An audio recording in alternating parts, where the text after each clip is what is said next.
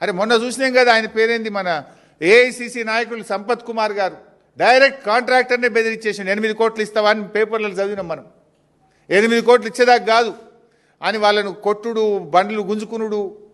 కాంట్రాక్టరే స్వయంగా police డిపార్ట్మెంట్కు complaint ఇచ్చిండు కదా. ఏది యాక్షన్, ఏది సిట్, ఏది?